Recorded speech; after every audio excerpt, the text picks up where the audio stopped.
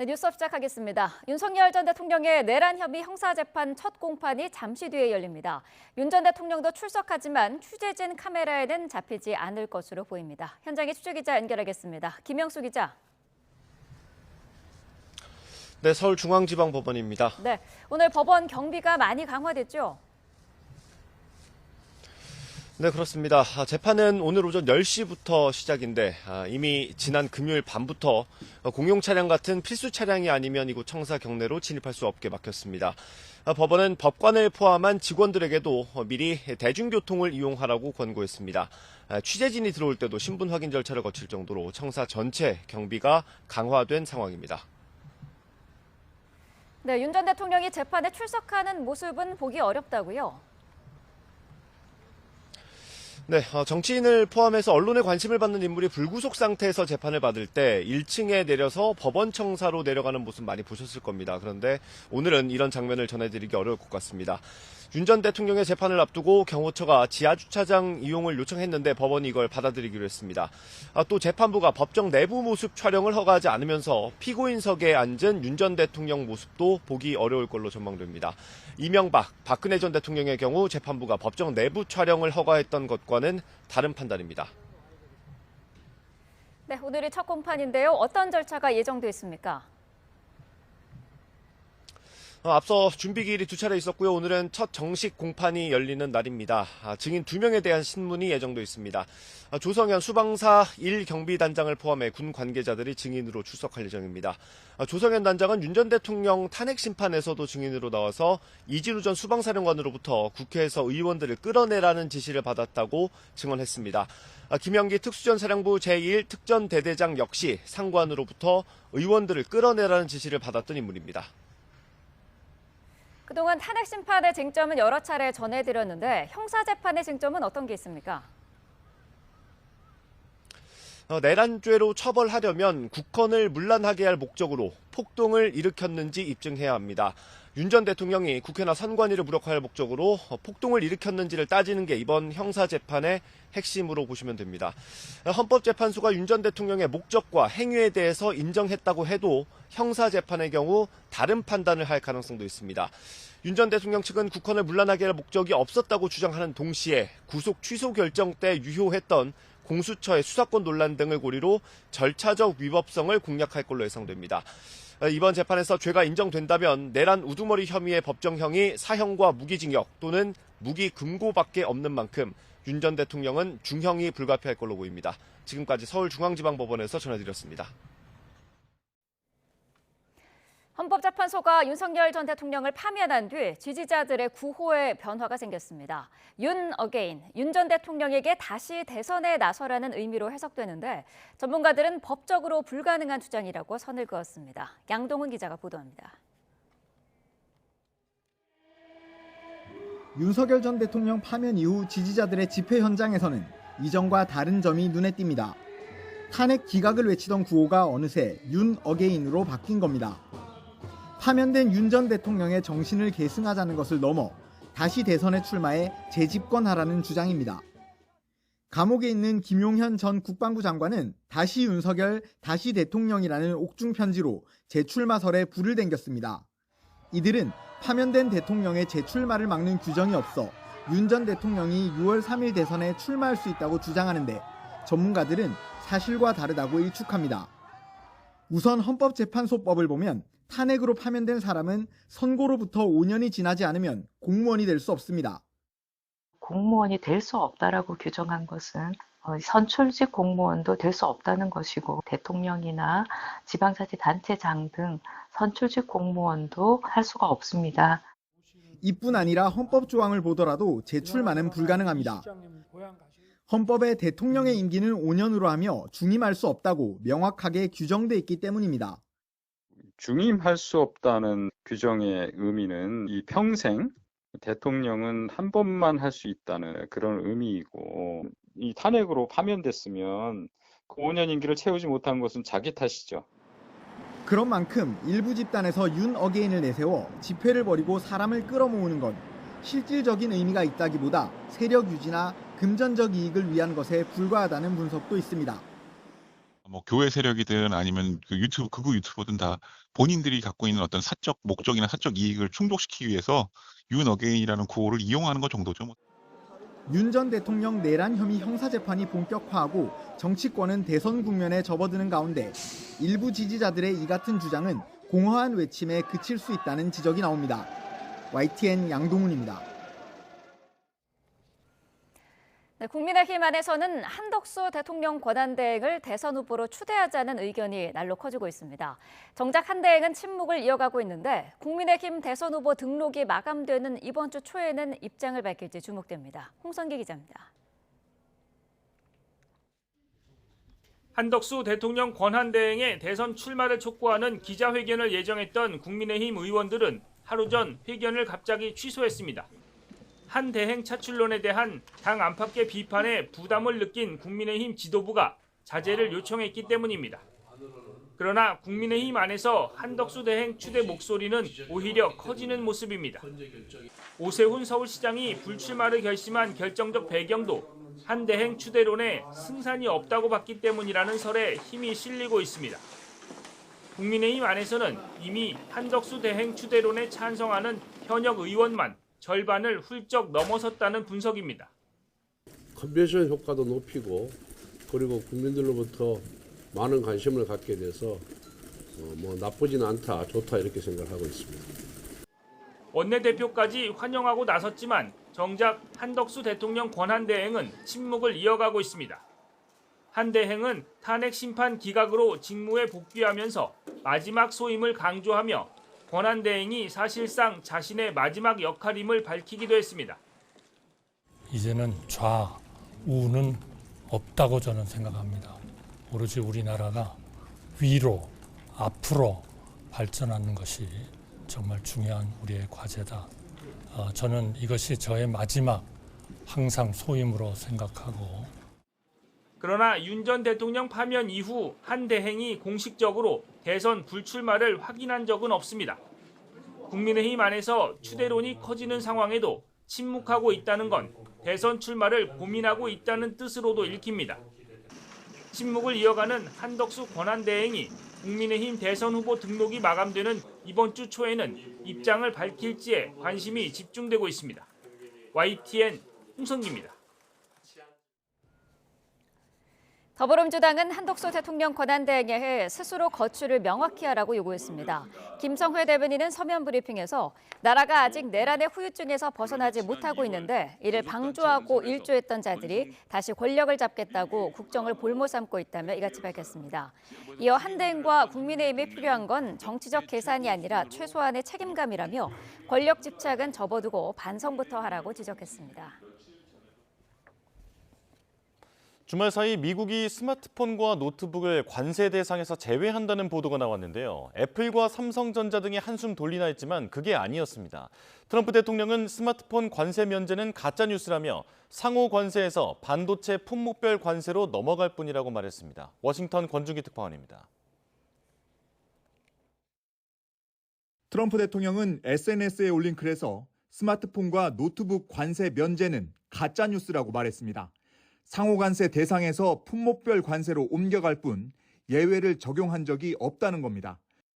러트닉 상무장관도 한 달 뒤쯤 발표할 반도체 품목별 관세에 첨단 전자제품이 포함된다는 점을 분명히 했습니다. He's saying they're exempt from the reciprocal tariffs, but they're included in the semiconductor tariffs, which are coming in probably a month or two. So these are coming soon.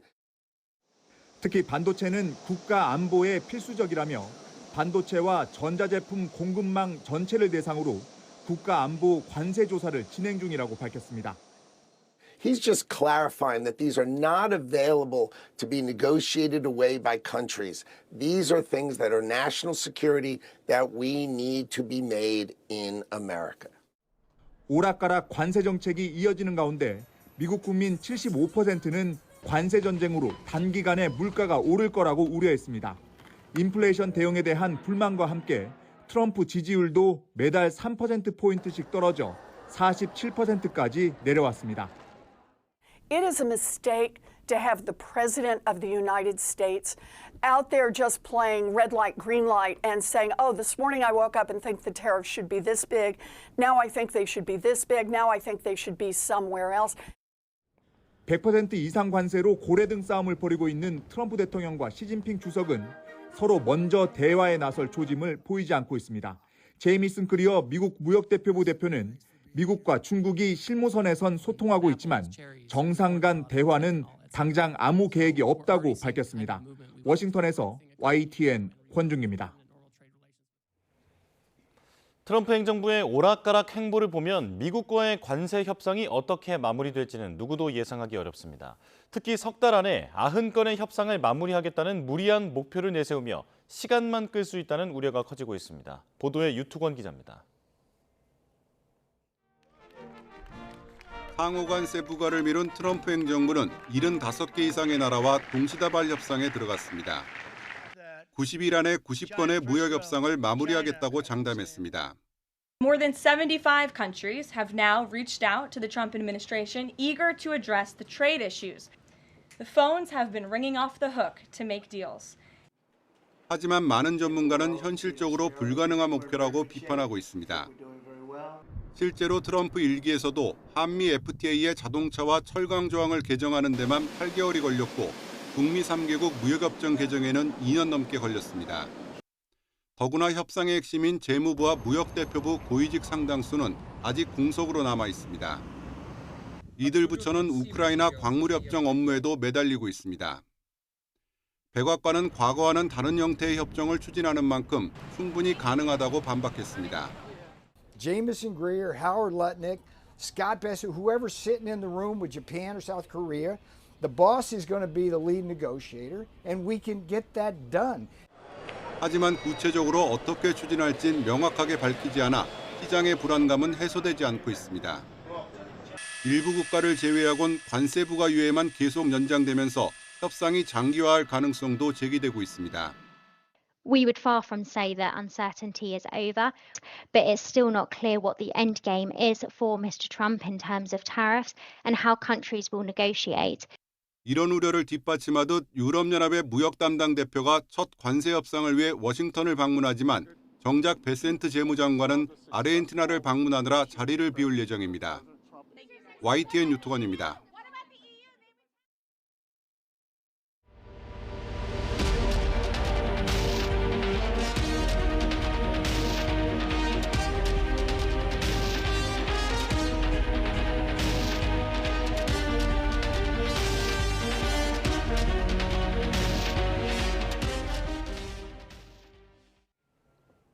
네, 정치권 상황 자세히 짚어보겠습니다. 최수영 시사평론가, 차재원 부산가톨릭대 특임교수와 함께하겠습니다. 어서 오십시오. 안녕하세요. 네. 자, 먼저 윤 전 대통령 형사재판 얘기부터 해보겠습니다. 법원이 비공개 출석을 허용했어요. 지하 주차장을 통해서 들어가고 재판 모습도 비공개가 되는 거죠? 좀 그렇습니다. 사실 처음 있는 일이죠. 네. 왜냐하면 전직 대통령 재판에서 전부 다 이제 법정 스케치라든가 그다음에 출두 모습이 공개되고 했는데 네. 윤 전 대통령에게는 이게 적용이 됐습니다. 그러니까 이제 지하 주차장으로 들어가서 이제 가기 때문에 네. 윤 대통령의 출두에 대해서 사진이라든가 영상이 나올 수 없고 그다음에 법정에 들어가서도 스케치가도 이제 불허가 돼가지고 네. 윤 대통령이 어떻게 지난 헌법재판소에서는 윤 대통령이 이제 피청구인 자격으로 이제 모든 영상이 공개됐지만 사진과 영상이 공개됐지만 이번은 피고인 윤석열 전 대통령으로 나가기 때문에 아마 네. 그런 부분들에 대해서 법원이 일단 그 공공의 안녕과 그다음에 어떤 청사 방어 이런 관련한 것들을 때문에 말하자면 그 불허했는데 사실 이 불허한 경우가 거의 없어서 네. 뭐 특혜 시비 논란이 있습니다만 이거는 전적으로 재판부가 판단을 몫이기 때문에 이걸 가지고 뭐 옳다 그르다 뭐 시비의 영역으로 하기엔 좀 그런 것 같은데 다만 이례적인 것은 좀 있어 보인다는 지적은 뭐 피할 수 없게 됐습니다. 네. 민원인 불편이 이제 이유였는데 특혜 아니냐 이런 논란이 있는 건 사실이거든요. 예, 뭐 당연히 뭐 특혜라는 지적에서 자유로울 수 없는 것이죠. 앞서 말씀하신 것처럼 그러니까 법정에 출두하는 장면은 여러 가지 뭐 청사 뭐 보호 차원에서 윤 대통령의 특혜가 아니라고 이야기를 할 수 있습니다만 네. 법정에 출두해서 앉아 있는 장면을 촬영하는 거하고 청사의 뭐 안전과 위해하고 무슨 관계가 있을까라는 뭐 의문이 따를 수밖에 없는 것이잖아요. 앞서 뭐 말씀하신 것처럼 그 이전에 전직 대통령 4명에 대해서는 모두 다 법정에 출두한 장면이 다 공개가 됐는데 사실 그런 그 공개 자체가 물론 피고인의 동의를 받긴 해야 되는 거긴 합니다만 네. 그러나 공공이익, 즉 국민의 알 권리 차원에서 그동안 허용되어 왔던 것이 사실인데 재판부는 이것을 비공개하면서 그 이유를 정확하게 적시를 하지 않았다는 것이에요. 네. 그리고 이 재판부가 또 특히 지난번 윤석열 대통령에 대한 구속 취소를 통해서 석방을 했던 재판부입니다. 그 70년 동안 유지되어 왔던 구속에서 기소할 때의 지금 시일 산정을 날짜로 하다가 갑자기 시간으로 바꿨던 그 재판부라는 것이죠. 그러니까 이것들이 계속적으로 겹치면서 이 재판부가 윤 대통령에 대한 특혜의 뭔가 이 성향을 갖고 있는 것이 아닐까라는 의구심을 스스로 자초하고 있는 것이 아닐까라는 생각이 듭니다. 네, 오늘은 검찰이 신청한 증인신문이 이루어지는데요. 계엄 당시 국회 안에 들어가서 의원들을 끌어내라는 지시가 있었는지 그게 쟁점이지 않습니까? 그렇죠. 가장 크게 쟁점이 되는 게 윤 전 대통령 측은 그런 사실이 없다고 분명히 부인하는데 네. 이 조성현 육군 수도방위사령부 제1경비단장은 이진우 전 수방사령관으로부터 본관으로 진입해서 끌어내라는 지시를 분명히 받았다고 했고 네. 김영기 특전사 1 특전대대장의 경우는 이상현 제1공수여단장으로부터 본관 안에 있는 의원들을 이제 끄집어내라 이렇게 구체적으로 진술하고 있는 두 현장 지휘관들이기 때문에 네. 근데 윤 전 대통령과의 대질도 불가피해진 상황이죠. 근데 이제 양쪽에서 아마 이제 신문들이 서로 오갈 수 있는데 윤 전 대통령이 직접 이제 증인 신문에 나설 가능성도 있어 보입니다. 네. 근데 뭐 이거는 오늘 있어봐야 할 일이긴 한데 어찌됐건 윤 전 대통령 측은 이 부분에서 단 한 번도 시인한 적이 없고 그다음에 인정한 사실이 없기 때문에 검찰 측과 증인들은 굉장히 윤 전 대통령의 지시가 있었고 우리는 바로 위에 상급 지휘관으로부터 지시를 분명히 받았다고 아마 이거는 헌법재판소 때부터 계속 반복했던 이야기이기 때문에 네. 아마 오늘도 그렇게 진술이 나올 것으로 예상이 되고 또 검찰도 이 부분을 집중 부각할 것으로 보입니다만 윤 전 대통령 측은 여기에 대해서 구체적인 증거도 없고 그다음에 지시한 사실도 없기 때문에 내란죄 성립이 되지 않는다고 그다음에 이것은 이제 말하자면은 그 어떤 국회를 위할 목적으로 한 것이 아니었음을 분명히 이제 얘기를 다시 하기 때문에 네. 검찰이 그동안 얼마만큼의 증거를 더 보강했고 그다음에 이 부분에 대해서 더 입증할 수 있는 구체적인 뭐 증거라든가 이런 것들이 더 이 재판정에서 입증이 될지 그걸 오늘 한번 지켜봐야 할 대목인 것 같습니다. 네, 윤 전 대통령이 증인신문에는 참여하지 않더라도 재판장에게 별도의 발언 기회를 좀 요청할 수 있다 이런 관측도 나오던데요. 어떤 얘기들이 나올까요? 그럴 가능성이 저는 상당히 높지 않을까 하는 생각이 듭니다. 네. 지난번 헌법재판소에서 열렸던 자신의 탄핵 심판과 관련해서 8차례나 출두해서 본인이 직접 증인신문도 하고 네. 본인이 스스로에 대한 변론을 펼친 바 있고 그리고 무엇보다도 윤 대통령이 평생 검사를 했기 때문에 이런 내란죄 재판 이런 부분들에 대해서 나름대로는 전문가라고 자처할 수 있잖아요. 그리고 또 지금 나와서 진술하는 이 지금 군인들이 상당히 자신의 지시하고는 자신이 주장하는 지시하고는 동떨어진 뭐 행위를 했다는 부분에 대해서 자기 나름의 관점에서 여러 가지 허술한 부분들을 강하게 이야기하지 않을까라는 생각이 듭니다만 네. 그럼에도 불구하고 지금의 이 현장 군인들이 거짓말을 할 이유는 저는 거의 없다고 생각을 하거든요. 문제는 그러면 지금 윤 대통령으로부터 지금 그러니까 부하 직원들에게 지시를 하다는 그 살인관들의 그 증언의 신빙성 여부인데 물론 그분들이 증인으로 나와서 이야기할 대목이 분명히 필요해 보이긴 합니다만 지난 헌법재판소에서 탄핵 심판에서 나왔던 이야기를 본다고 한다면 당시 이진우 수방살인관이나 지금 각종건 특수전 살인관들이 대통령으로 직접 지시를 받을 때 그 옆에 있던 부하 직원들이 대통령 지시를 다 같이 들었다는 거지 않습니까? 네. 그렇기 때문에 윤 전 대통령 나름대로는 상당히 방어 논리를 펼칠 수 있겠지만 이런 여러 가지 객관적인 사실과 증언들이 드러날 경우에는 과연 이 윤 전 대통령이 어떤 태도를 보일지도 지켜볼 하나의 관전 포인트가 아닐까 하는 생각이 듭니다. 네, 자, 윤 전 대통령 지난 금요일에 사저로 돌아갔습니다. 그 당시에 이런 얘기를 했더라고요. 다 이기고 돌아왔다. 뭐 어차피 5년 하나, 3년 하나 뭐 이런 얘기를 했다는데 어떻게 들으셨나요? 글쎄요, 이 얘기는 이제 뭐 야권 지지층을 중심으로는 아니 파면당한 대통령이 할 소리냐고 얘기하지만 저는 윤 전 대통령 입장에서는 충분히 이런 소회를 받을 수 있다고 보는 이유가 왜냐하면 이번 그 내란 사태라든가 계엄을 통해서 윤 전 대통령이 꾸준하게 이야기해온 것이 바로 계몽령이라는 것 아니겠습니까? 네. 물론 이제 헌재에서부터는 파면 결정을 받았지만 어찌됐건 윤 전 대통령이 내가 대통령으로 당선되고 나서 무엇 하나 제대로 한 게 없었다. 하다못해 공약 하나, 입법 하나 한 게 없었고 야당의 29번에 30번의 줄탄에게 시달리고 그다음에 야당의 그 무도한 법률안 입법 공세에 나는 거부권 행사밖에 할 수밖에 없었으니 내가 국정에서 할 수 있었던 것은 야당의 무고한 폭도 이런 폭주를 알릴 수 있는 것밖에 없었다. 네. 그런 차원에서 내가 이런 상태에서 임기 5년을 채우나 임기 3년을 비록해서 파면이 됐지만 내가 이런 어떤 정치 현실을 국민에게 알리고 그다음에 이런 부분에서 어쨌든 이번 탄핵 찬반 여론 과정도 있었지만 국민들도 야당의 폭주에 대해서도 굉장한 무리한 일이었다고 비난을 했고 특히나 이제 헌법재판소의 소장의 선고문에도 그게 담겼거든요. 네. 윤 대통령의 정치적 판단을 존중한다. 국가적 위기고 비상 상황임을 인식할 수 있었다. 그다음에 국회가 법에 권한대에 있다 하더라도 너무 말하자면 탄핵안 남발이라든가 이런 점은 제도적 자제가 필요하다라는 얘기를 했기 때문에 아마 네. 그런 차원에서 이제 남은 임기 2년이 무슨 의미가 있겠느냐. 내가 오히려 이거 실상들을 국민에게 알리고 내가 이렇게 파면되었지만 이런 것들에 대한 국민의 어떤 인식을 깨우치는 데 도움이 되지 않았겠느냐. 아마 그런 취지의 얘기로 보기 때문에 뭐 이걸 네. 가지고 윤 전 대통령이 무슨 뭐 파면 개선 장군처럼 굴었다 이렇게 좀 비난하는 거는 윤 전 대통령의 소외 부분이기 때문에 좀 과도하지 않나 그런 생각이 듭니다. 네, 관저 앞에서는 청년들과 포옹하는 그런 장면도 나왔습니다. 지금 보시는 화면은 빨간 모자를 쓰고 있는 모습이고요. 지금 지지자들과 일일이 악수하는 그런 모습도 보였었는데 청년들과 포옹하는 장면과 관련해서는 연출된 거라는 이야기도 있더라고요. 어떻게 보시나요? 바로 그 때문에 상당히 이번에도 또다시 그 부끄러움은 국민의 몫이 된 것이 아닐까라는 생각이 듭니다. 지금 화면에 나오고 있는 장면을 만약에 이 상황을 모르는 외국인이 봤다고 한다면 어떻게 볼까요? 인기 절정의 대통령이 나들이길에 소위 말하는 애민의 정신을 실천하는 현장처럼 보지 않았을까요?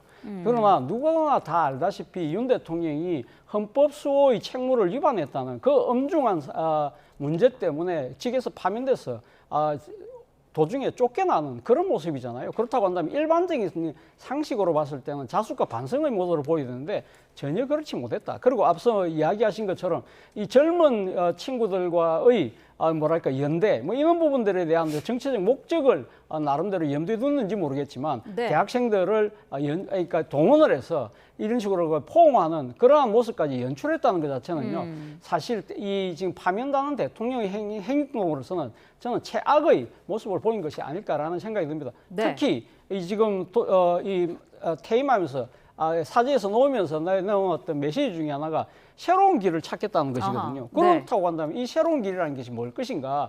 계속적으로 자신의 정치적 목소리를 내겠다는 것인데 이 정치적 목소리를 내는 것이 국가와 나라의 발전을 위한 것인가? 저는 그렇게 보지 않습니다. 우리가 앞서 방금 이야기했듯이 본인이 지금 내란 관련된 재판에 지금 임해야 되는 상황이잖아요. 이 지금 그것뿐만 아니라 공천 개입과 같은 여러 가지 문제들에 대해서 계속적으로 사법적 단죄를 받아야 되는데 여기에 대해서 법적으로 투쟁하기보다는 정치적 투쟁을 하겠다는 그러한 결연한 의지를 내보인 것이 아닐까라는 측면에서 정말 우려된다고 할 수 있겠습니다. 네, 나라와 국민을 위해서 새로운 길을 찾겠다라는 그런 입장을 밝혔는데 사저 정치를 본격화하는 거 아니냐 이런 인식이 많거든요. 전 새로운 길이라는 말은 정치적 레토릭, 수사에 불과하다고 봅니다. 그러면 네.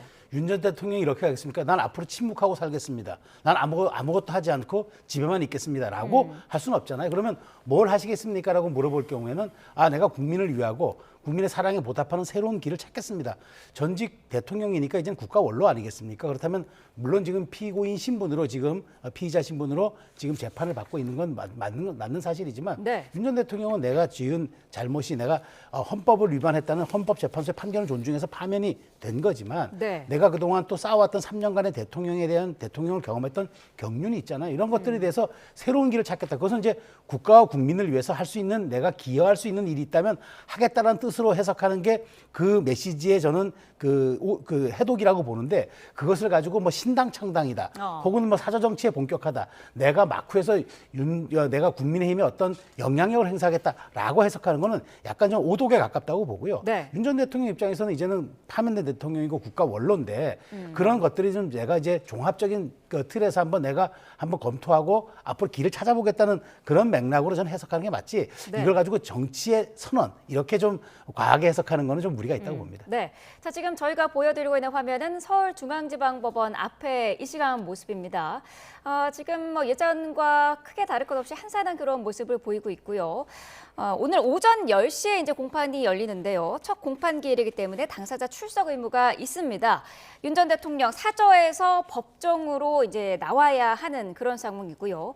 서초동 사저에서 서울중앙지방법원까지는 한 300m 정도여서 걸어서도 사실 10분이 채 걸리지 않는 그런 거리고요. 일단은 차량으로 이동을 할 것으로 보입니다. 비공개 출석을 법원이 허용을 했기 때문에 민원인 이제 불편을 이유로 이제 비공개 출석을 허용을 했고요. 따라서 윤 전 대통령은 지금 보이시는 화면의 왼쪽에 있는 지하 주차장을 통해서 비공개로 출석할 것으로 보입니다. 기본적인 경호는 이루어지고요. 오전 10시에 공판이 시작이 되기 때문에 아마 집 바로 앞에 이제 법원이 있어서 좀 더 늦은 시간에 9시쯤 넘어서쯤 아마 이동을 하지 않을까 싶은데요. 그쯤이 되면은 이동을 시작을 할 것으로 보입니다. 현장 화면 전해드렸습니다. 자, 대선 전국 상황도 짚어보겠습니다. 국민의힘은 오늘과 내일 이틀간 이제 예비 후보 등록을 받는데 주말과 휴일 사이에 지금 오세훈 시장은 불출마를 선언을 한 상태고요. 유승민 전 의원은 경선 불출마를 선언했습니다. 자, 먼저 유승민 전 의원, 대선 불출마가 아니라 경선 불출마예요? 많은 분들이 이제 이 경선 불출마를 해석하는 것은 네. 혹시나 이번 대선에는 이제 국민의힘 후보로 안 나간다는 뜻이지 뭐 무소속 후보나 뭐 다른 형식으로 가지 않겠냐 얘기를 하는데 네. 저는 그 가능성은 없다고 봅니다. 왜냐하면 물론 정치에서는 정치는 가능성의 영역이 다 남아 있는 곳이니까 뭐 제가 100%라고 단정할 수는 없어도 최소한 유승민 전 의원에게 붙어 다니는 꼬리표가 지난 이제 2017년에 이제 탄핵 정부과 관련해서 이른바 배신자 프레임이 있는 것인데다가 지금은 사실상 이번 대선은 이재명 대 반 이재명의 구도, 즉 사실상 어찌 보면은 더 나아가서 이재명에 대한 찬반 투표 형식이 될 수 있다라고 지금 많은 분들이 관측하는 그 정치 현실인데 네. 이런 상황에서 또 다른 분열 혹은 자신의 정치 정체성을 드러내기 위해서 혹은 내가 갖고 있는 신념과 어떤 내가 갖고 있는 이제 정치 철학을 내가 보여주기 위해서 내가 뭐 무소속이든 작은 당을 만드든 해 나간다. 뭐 그건 제가 보기에 현실적으로 앞으로 유승민 전 의원은 그렇게 가는 것이 오히려 정치 역정에는 큰 도움이 되지 않을 거라고 본인도 현실 정치 때문에 판단할 겁니다. 다만 여기서 국민의힘 경선이라고 콕 집어 이야기하는 거는 지금 룰의 부당성이 있다. 말하자면 내가 여기 참여하지 않은 이유가 룰의 부당성과 지금 계엄으로 인해서 탄핵 정당이 됐고 그다음에 대통령이 파면됐으면은 이 계엄의 바다를 건너고 중도의 바다를 건너서 이제 대선으로 가야 하는데 그런 절박함이나 위기 상황이 안 보인다. 그런 측면에서 난 여기에 발을 빼겠다라는 측면으로 해석하는 게 좀 맞다고 보기 때문에 네. 유승민 의원이 지금 시기적으로도 뭐 세력을 도모해서 나가거나 이런 게 아니라 다만 국민의힘에 지금 갖고 있는 정체성이나 비전 방향에 대해서 일가를 하는 차원에서 네. 내가 경선에 참여 안 하겠다라고 선언하는 것으로 해석하는 게 저는 맞을 거라고 봅니다. 오세훈 시장의 갑작스런 불출마 선언은 어떻게 보셨습니까? 지금 뭐 당 내에서는 한덕수 권한대행 추대론이 확산하고 있는 게 영향을 크게 미쳤을 것이다. 이런 분석도 많던데요. 예, 뭐 저는 상당히 일리 있는 지적이 아닐까 하는 생각이 듭니다. 한덕수 대통령 권한 대행이 사실은 뭐 지금 이 엄중한 비상시국을 생각한다면 자신의 직분에 충실해야 되는데 딴 데도 아니고 국민의힘 내에서 지금 그 차출론 내지는 더 나아가서는 대망론이 나오고 있는 상황이잖아요. 네. 거기다가 또 특혜론까지 나오고 있어요. 앞서 말씀하신 것처럼 지금 내일까지 후보 등록인데 사실 네. 뭐 한덕수 권한 대행의 지금 현재의 여러 가지 움직임을 본다고 한다면 국민의힘 경선에 후보 등록할 가능성은 거의 없어 보이거든요. 그런데도 불구하고 한덕수 대행의 출마 그 가능성이 계속적으로 나온다는 것 자체가 네. 이 국민의힘에서 선출된 후보가 약간은 좀 경쟁력이 떨어진다고 판단했을 때는 그럼 본선 과정에서 한덕수 대행을 무소속으로 출마시켜서 막판에 후보 단일을 하겠다는 그런 구상이 상당히 구체적으로 나돌았다는 것이죠. 이런 부분들을 본다고 한다면 사실 지금 포기한 오세훈 시장뿐만 아니라 이번에 등록한 등록하게 될 후보들 입장에서 상당히 힘 빠질 수밖에 없는 상황이고 네. 문제는 이러한 구상 자체가 사실 국민의힘이 지금 현재 당면하고 있는 과제가 어떻게 보면 현직 대통령의 파면 그것도 이 헌법소호라는 이 책무를 위반했다는 것이 바로 보수의 가치를 짓밟았다는 거잖아요. 네. 그렇다고 한다면 보수의 혁신을 위한 전당대가 돼야 되는데 그렇지 않고 오직 이기기 위해서 여러 가지 꼼수가 난무하고 있는 상황이다. 그것도 당 지도부까지 여기에 동조하고 있다고 한다면 내가 여기 들어가서 어떤 의미 있는 결과를 낼 수 있을까. 네. 그리고 무엇보다도 이런 식의 경선 참여가 나의 향후 정치에 있어서 도대체 명분에 얼마만큼 도움이 될 수 있을까라는 그런 회의감이 강하게 작용한 것이 아닐까라는 생각이 듭니다. 한대행은 침묵을 이어가고 있는데 정말 고민을 하고 있는 걸까요? 뭐 그 가능성을 배제할 수 없다고 저는 봅니다. 네. 왜냐하면 뭐 정치는 가능성의 예술이기 때문에 그리고 정치는 뭐 다 끝난 것 같아도 실제 결과를 보고 나면은 어떤 것도 예측할 수가 없는 불가측성의 그런 부분들이 많아서 네. 저도 뭐 예단하기는 어렵습니다만 근데 충분히 있는 거는 지금 가능성이 있다고 봅니다. 왜냐하면 지금 국민의힘 입장에서는 사실상 지금 뭐 이재명 지금 후보 그러니까 전 민주당 대표의 독주 체제가 굳어지고 있는 상황에서 네. 지금 여러 가지 지금 우리 국민의힘 내부에 있는 지금 뭐 그 후보들이 아주 말하자면은 박빙의 승부를 보여주지 못하고 차이가 많이 나거든요. 네. 자 그런 상황에서 어떤 정치적인 상상력을 동원해서 이길 수 있는 구도라면은 저는 진짜 전복던 힘이라도 끌어와야 되는 그런 상황이고 정말 여기에는 숟가락 하나라도 다 얹어서 힘을 보태야 되는 상황이기 때문에 그런 상상력은 있다고 봐요. 다만 한대행에 대해서는 출마 여부가 과연 실질적으로 국민의힘에 도움이 되겠느냐 흥행이라든가 아주 퍼포먼스 측면에서는 큰 도움이 좀 될 거라고 보는데 네. 만일 그런 과정에서의 과정이 매끄럽지 못하면은 바로 어떤 후보가 됐을 때라도 민주당에서 내란 세력 청산이라는 딱 6자 구호를 갖고 나올 경우에 어떻게 방어하겠느냐. 네. 물론 한당이 갖고 있는 장점은 대단히 많습니다. 실제로 보수 진보 정권을 넘나든 총리이기도 했었고 글로벌 통상 전쟁을 대비할 수 있는 국제 통상 전문가고 그다음에 누구나 뭐 얘기해서는 경륜과 지혜를 갖췄고 가장 중요한 것도 호남 출신이기 때문에 국민 통합 차원도 되고 그런 여러 가지 특장점은 있으나 이것은 윤 전 대통령의 파면으로 인한 그런 선거의 귀책 사회에 약간 선거가 있기 때문에 네. 이 부분을 과연 정무적으로 국민의힘 지도부라든가 지금 관리하는 선관위가 어떻게 판단해 줄지 이런 문제가 있어서 저는 고도의 정치공학이지만 네. 하나 분명한 거는 한덕수 대행이 입장 표명을 하지 않아도 향후 2, 3주 동안 진행되고 있는 여론조사에서 최소한 2자릿수 이상이나 20%에 육박하는 당내 후보 지지율과 비슷한 숫자가 나올 경우에는 이 논란은 계속 잠재우지 않고 나올 것으로 봅니다. 그렇군요. 자, 민주당은 지금 경선 룰에 대해서 후보들의 반발이 잇따르고 있습니다. 결국에는 이재명 전 대표에게만 유리한 상황이다 이런 주장이지 않습니까? 예, 사실 뭐 민주당이 이번 뭐 대선을 앞두고 상당히 시간이 촉박하다 뭐 여러 가지 이유를 들어서 이번에 경선 룰을 그동안 거의 20년 동안 진행해왔던 경선 룰을 바꿨어요. 네. 예를 들면 이제 지난번까지만 하더라도 일반 국민들이 경선에 누구나 참여할 수 있는 그런 구조였다고 한다면 이번에는 당원들만 당원들만 모여서 투표한 것이 전체 결과의 50%가 들어가고 그 일반 국민의 의견은 이 개개인의 투표가 아니라 그러니까 여론조사 형태로 지금 반영을 하겠다는 것이거든요. 네. 그런 부분들에 대해서 어떻게 보면 민주당이 그동안 유지해왔던 예를 들면 당직은 당심, 공직은 민심이라는 이 나름대로의 일종의 규칙을 스스로 깬 것이 상당히 문제가 있다는 것이죠. 물론 지금 민주당 입장에서는 사실 이 지금 뭡니까 이 당원 중심주의로 당을 완전히 바꿨기 때문에 네. 당원들이 일반 국민과 똑같이 표를 행사하는 것 자체가 당원에 대한 역차별이다. 그런 부분도 있고 또 하나는 지난 대선 과정에서 불거졌던 이 일종의 역선택의 논란이 이번에도 또 재현될 수 있다. 특히 이번 같은 경우는 탄핵 국면에서 상당히 목소리가 두드러졌던 이 탄핵 반대파들로 일컬어지는 소위 극우 세력들이 조직적으로 들어올 경우에는 이게 상당히 문제가 있을 수 있다.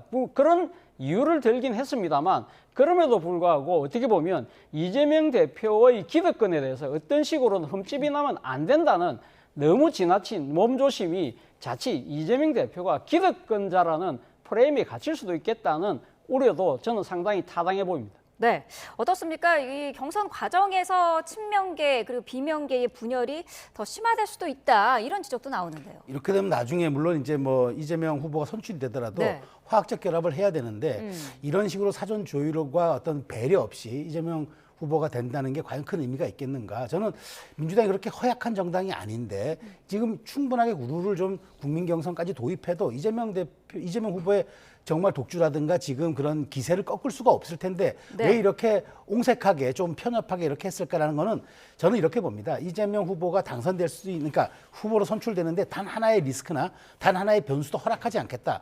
그것들이 이제 이 말하자면은 저는 그 김경수라든가 김두관 그다음에 김동연 전 지사에게도 영향 끼쳐서 저는 이렇게 된다면은 진짜 어느 한두 명 정도는 출마 선언을 드랍할 수도 저는 있다고 봐요. 왜냐하면 이렇게 할 경우에는 유의미한 득표는 고사하고 네. 다음 차기 스텝을 모색하는 이런 지금 주자들의 어떤 말하자면 정치적 이득이 전혀 없을 수 있기 때문에 네. 이럴 거라면 차라리 내가 안 하는 게 낫겠다는 생각이 가질 수도 있어요. 그래서 저는 오히려 이재명 후보가 좀 이렇게 통합적인 정신과 대승적인 걸 발휘해서 조금 더 국민 참여 경선 같은 여지를 열어두어도 별 문제가 없었을 텐데 이렇게 될 경우에는 나중에 한다 그래도 이재명 대표가 좀 더 말하자면 극적인 흥행이 있어야 통합해도 약간 시너지가 날 텐데 이런 상황에서의 시너지와 통합이라는 게 무슨 그 의미가 있겠고 또 네. 가능할 것인가 의미는 남습니다. 네. 자, 지금 이 시각 서울중앙지방법원 앞의 모습을 보여드리고 있고요.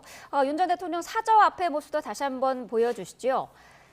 자, 오늘 오전 10시에 첫 공판이 열립니다. 9시가 넘으면 아마 윤 전 대통령이 이동을 할 것으로 보입니다. 앞서 전해드린 것처럼 사저에서 중앙지방법원까지는 걸어서도 갈 수 있는 거리입니다. 굉장히 가깝기 때문에 10시에 첫 공판이 열리는데 9시가 아마 넘어서야 윤 전 대통령이 이동을 시작할 것으로 보입니다. 법원이 비공개 출석을 허용해서 지하주차장을 통해 비공개로 출석을 할 예정입니다. 자, 윤 전 대통령의 움직임이 포착되면 현장 다시 한번 연결해서 보여드리도록 하겠습니다. 자, 전국 상황은 여기까지 듣도록 하겠습니다. 최수영 시사평론가, 차재원 부산가톨릭대 특임교수와 함께했습니다. 고맙습니다.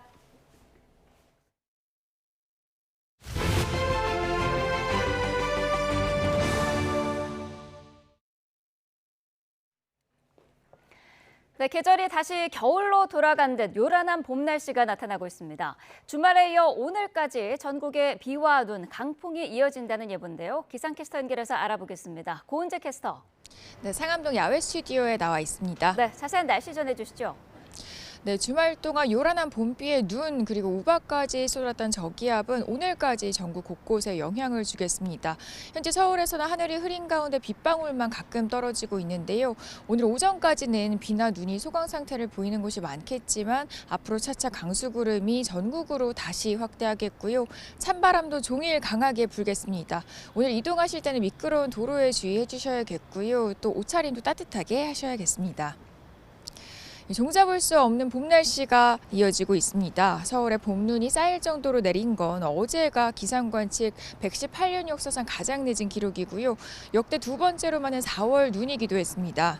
지금도 내리 곳곳에 산발적인 눈비구름이 지나고 있고요. 오늘 또 한 차례 많은 눈이 예보된 강원 산간에는 대설주의보가 내려졌습니다. 내일 새벽까지 강원 산간에는 최고 8cm, 경기 동부 등 그 밖의 중부와 경북 내륙에도 1에서 5cm의 다소 많은 눈이 예보됐고요.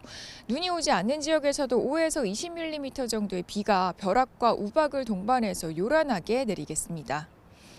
이 강풍 피해가 잇따랐던 주말에 이어서 오늘도 전국적으로 바람이 강합니다. 대부분 해상에는 풍랑주의보가 내려져 있고요.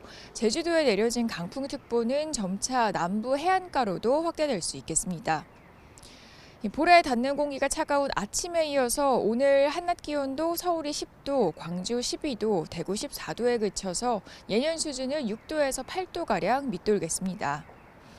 이 비와 눈은 오늘 밤 서쪽 지방부터 차차 그치겠습니다. 이맘때 봄 날씨가 언제 돌아오는 건지도 궁금하실 텐데요. 내일 낮부터는 날이 풀리기 시작해서 수요일이 모레 낮부터 서울 낮 기온이 20도 안팎으로 다시 따뜻해지겠습니다. 오늘 내리는 비에는 어제 발원한 황사가 섞여 내릴 수 있겠습니다. 나오실 때 우산 챙기셔야겠고요. 호남과 제주도에서는 낮 한때 미세먼지 농도도 높게 나타날 수 있겠습니다. 지금까지 서울 상암동에서 YTN 고은재입니다. 강풍을 동반한 비바람에 수도권 곳곳에서 시설물 피해가 잇따랐습니다. 간판이 떨어지고 상가 건물이 정전되는 등 사고가 잇따랐습니다. 권민석 기자입니다. 도로 한편에 구조물이 어지럽게 널려 있고 놀란 시민들이 걱정스레 지켜봅니다. 오전 9시 반쯤 경기 고양시 풍동에서 성인 키를 훌쩍 넘는 간판 2개가 강풍을 이기지 못하고 인도로 추락했습니다. 자녀와 함께 빵을 사러 나왔던 시민이 굉음을 듣고 황급히 대피하는 등 하마터면 인명사고가 날 뻔했습니다. 파란 불에 이제 횡단보도 건너는데 우당탕 소리가 나서 위를 봤더니 이제 그 간판이 떨어졌길래 이제 꼬마들이랑 셋이 피한 거죠. 김포시 장기동에선 아파트 외벽 일부가 강한 바람에 부서졌습니다. 마감재가 날아가고 바닥으로 떨어지는 등 아찔한 상황이 벌어졌습니다.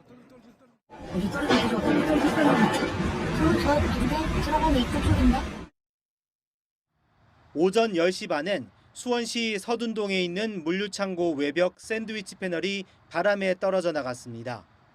당시 도로를 달리던 버스는 아슬아슬하게 추락물을 피해갔습니다. 비슷한 시각 수원역 환승센터 1층 담벼락도 강풍에 힘없이 무너져 내렸습니다.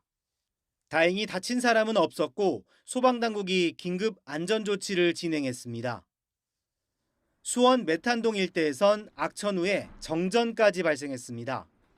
상가 옥상에서 커다란 불꽃이 인 뒤 다른 건물까지 전기 공급이 일제히 끊겼다가 1시간여 만에 복구됐습니다. 수도권엔 세찬 비바람이 치고 곳곳에 쌀아구박이 내리는 등 종일 사나운 날씨가 이어졌습니다. YTN 권민석입니다.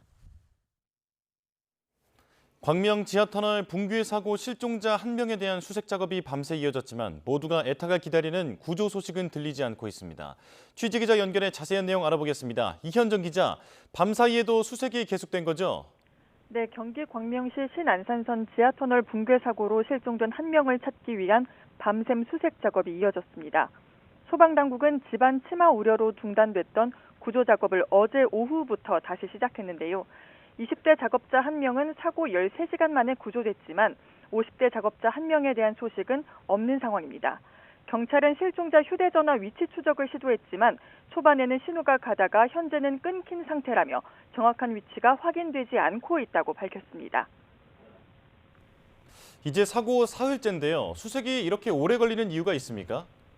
네, 현재 사고 현장에서는 추가 붕괴 등 2차 사고 우려로 수색이 난항을 겪고 있는 것으로 파악됐습니다. 지금도 공사장 구조물이 무너질 위험이 있어 지하터널 밑으로 바로 진입하기는 어려운 상황인데요. 이에 따라 소방당국은 주변 안전 펜스를 제거하고 추락 위험이 있는 구조물을 걷어낸 뒤 지하 수색을 이어갈 예정입니다.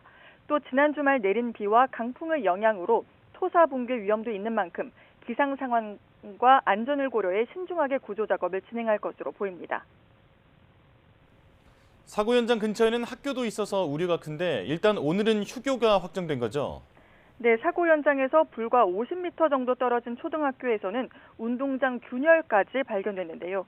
교육청은 일단 내일까지 임시 휴교를 결정하고 안전점검 결과를 바탕으로 연장 여부를 결정한다는 방침입니다. 광명시는 인근 아파트와 오피스텔 주민 2,400여 명에게 한때 대피를 권고하기도 했는데요. 서둘러 안전진단을 실시한다는 계획이지만 결과가 나오기까지 오랜 시간이 걸릴 것으로 보여 주민들 불편은 계속될 것으로 보입니다. 지금까지 사회부에서 YTN 이현정입니다. 최근 신안산선 공사 구간에서 잇따라 집안 침하 사고가 발생한 가운데 신안산선 신풍역 공사장 근처 도로에도 이상 현상이 발생했다는 제보가 들어왔습니다. 시민 불안이 커지자 서울시는 도시철도 공사장 주변을 중심으로 특별 안전관리 대책을 시행하기로 했습니다. 김현아 기자입니다. 서울 신길동 신풍역 3거리입니다. 왕복 6차선 대로인데 한쪽 도로가 솟아올라 작은 둔덕처럼 보입니다. 도로를 덮은 철판도 이격이 맞지 않고 차들은 기울어진 도로를 덜컹거리며 지나갑니다. 지난해 10월 찍힌 도로 사진에선 3거리 주변 모든 도로가 평평했는데 몇 달 사이 한쪽 도로가 계속 밀려 올라와 울퉁불퉁하게 바뀐 겁니다. 해당 도로 바로 옆엔 27년 개통하는 신안산선 공사가 한창입니다. 최근 강동구 명일동 공사장 근처에서 대형 땅꺼짐 사고가 발생하고 경기 광명시에서도 신안산선 지하터널이 붕괴한 뒤 이곳 주민들의 불안도 커지고 있습니다.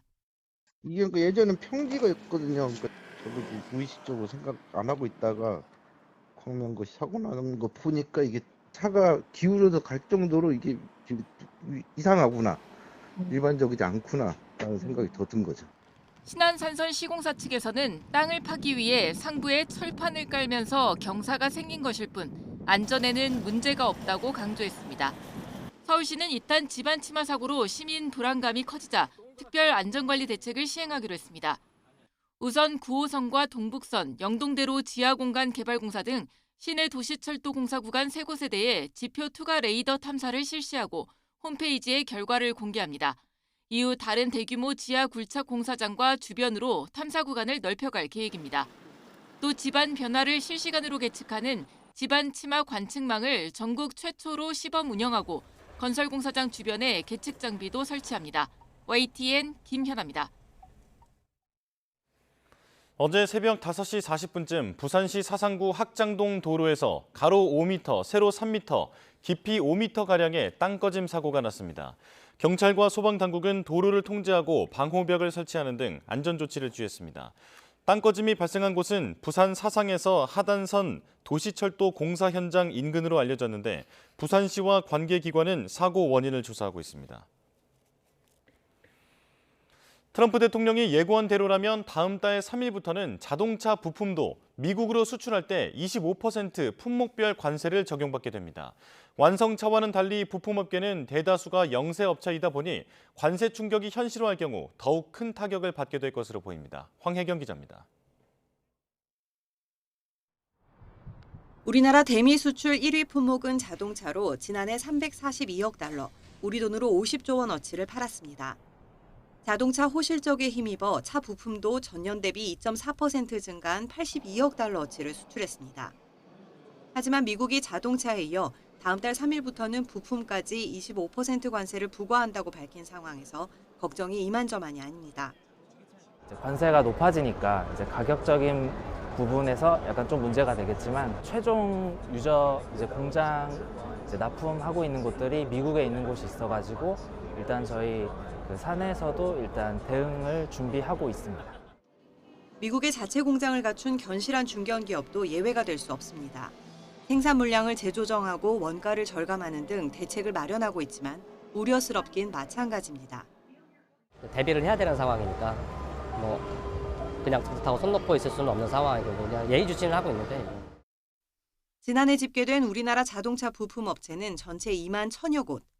이 가운데 5인 미만 기업이 절반에 육박하고 88%가 매출 100억 원이 채 안 됩니다. 특히 평균 영업이익률은 재작년 기준 2.9%로 제조업 전체 평균에도 못 미치는데 25% 관세로 대미 수출이 줄어들 경우 이들 2, 3차 협력사와 영세 기업들이 가장 먼저 주문량 감소, 매출 급감으로 연쇄 충격을 받을 가능성이 큽니다. 정부가 수출 기업을 지원하기 위해 개설한 관세 대응 119에도 관련 문의가 폭주하는 상황. 4월 5일 이전에 출항해서 5월 27일 전까지 도착한 물건, 그러니까 5월 26일까지죠. 그런 경우에는 10%가 면제입니다. 위기감이 팽배한 가운데 정부도 관세율을 낮추기 위해 미국과 막판 협상을 벌이는 한편 긴급 자금이라든지 세제 혜택, 수출 바우처 등 각종 지원책을 마련하고 있습니다. 하지만 관세 발효까지 얼마 남지 않은 상황에서 우리 산업 생태계를 지킬 안전망을 제대로 구축할 수 있을지 우려가 가시지 않고 있습니다. YTN 황혜경입니다. 관세 전쟁으로 요동치는 증시와 환율은 가뜩이나 얼어붙은 내수에도 찬물을 끼얹고 있습니다. 대표적인 서비스업인 숙박 음식점은 1년 10개월 연속 불황의 늪에 빠졌습니다. 오동건 기자가 취재했습니다. 도시락 배달 음식점을 운영하는 40대 점주. 3년 넘게 영업을 했지만 요즘처럼 어려웠던 적이 없다고 호소합니다. 작년보다도 매출이 한 30% 이상 떨어지는 것 같아요. 올해 들어와서요. 작년 말부터 떨어지기 시작하더니 올해는 조금 더 많이 심해진 것 같습니다. 대표적 서비스 내수업종인 숙박 음식업이 경기 침체 직격탄을 맞고 있습니다. 업종별 매출 기반으로 작성된 지난 2월 숙박 음식점업 생산지수는 103.8로 1년 전보다 3.8% 감소했습니다. 코로나로 가장 힘들었던 지난 22년 3월 수치에 근접했습니다. 흐름을 보면 상황은 더 심각합니다. 지난해 1월을 제외하면 1년 10개월 동안 전년 대비 수치가 꾸준히 마이너스를 기록해 장기 불황이 이어지고 있습니다. 특히 음식점만 놓고 보면 생산지수는 더 떨어져 100.4를 기록했고 올 1분기 폐업한 음식점은 13,580곳으로 지난해보다 2.5% 늘었습니다. 여기에 트럼프 행정부의 관세 변수 등 쉽지 않은 대외 환경까지 내수 경기에 찬물을 끼얹고 있습니다. 숙박, 음식업 같은 서비스업은 10억 원 매출이 발생하면 15명의 일자리를 만들어냅니다. 내수 침체가 이어지면서 굉장히 어려운 상황이고 대외적인으로도 트럼프의 고관세 정책 때문에 굉장히 어려운 상황이다. 대내와 어려운 여건 속에서 서비스업의 경고음까지 더해지면서 침체의 돌파구는 여전히 보이지 않고 있습니다. YTN 오동건입니다. 이렇게 음식점 폐업이 급증한 가운데 배달 플랫폼 1위 배달의 민족이 포장 음식에도 주문 수수료를 떼기로 하면서 자영업자들이 반발하고 있습니다. 그동안 포장 주문 중개 이용료를 무료로 제공해 왔는데 이제는 지원을 중단한다는 겁니다. 오늘부터 가맹점주들은 배민 플랫폼을 통해 포장 주문을 받으면 중개 이용료 6.8%를 떼줘야 합니다. 우선 배달의 민족은 회사도 점주도 좋은 상생 방안이라는 입장인데요. 그동안은 수수료를 받지 않아 포장 주문 활성화를 위한 투자 구조가 마련될 수 없었고 이 때문에 픽업 시장의 성장이 더뎠다는 설명을 덧붙였습니다. 수수료가 높은 배달 주문 대신 포장 주문이 활성화되면 라이더 배달비 부담이 없어 오히려 점주들의 수익성이 개선될 거라고 강조했습니다. 하지만 당장 수수료가 늘어난 점주들은 부담을 토로하고 있습니다. 안 그래도 경기 침체로 매출이 줄었는데 수수료 때문에 포장 주문까지 줄면 더 큰 타격이 예상되기 때문이죠. 또 수수료 부담 탓에 포장 고객에게만 줬던 서비스나 할인이 어려워질 테고 그럼 오히려 배달 주문만 더 늘어서 배달의 민족이 가져가는 게 더 늘어날 것이라 주장합니다. 자영업자 커뮤니티는 부글부글합니다. 손님들에게 이런 사정을 설명하려 해도 수수료라는 단어도 못 적게 했다라는 글이 올라왔는데요. 회사가 수익을 추구하는 건 이해하더라도 지금처럼 어려운 시기에 꼭 이렇게까지 했어야 하느냐는 하소연이 나옵니다. 이른바 상생 방안이 나올 때마다 논란이 반복되는 상황, 보다 지속 가능한 방법을 찾기 위한 논의에 속도를 내야 할 것 같습니다.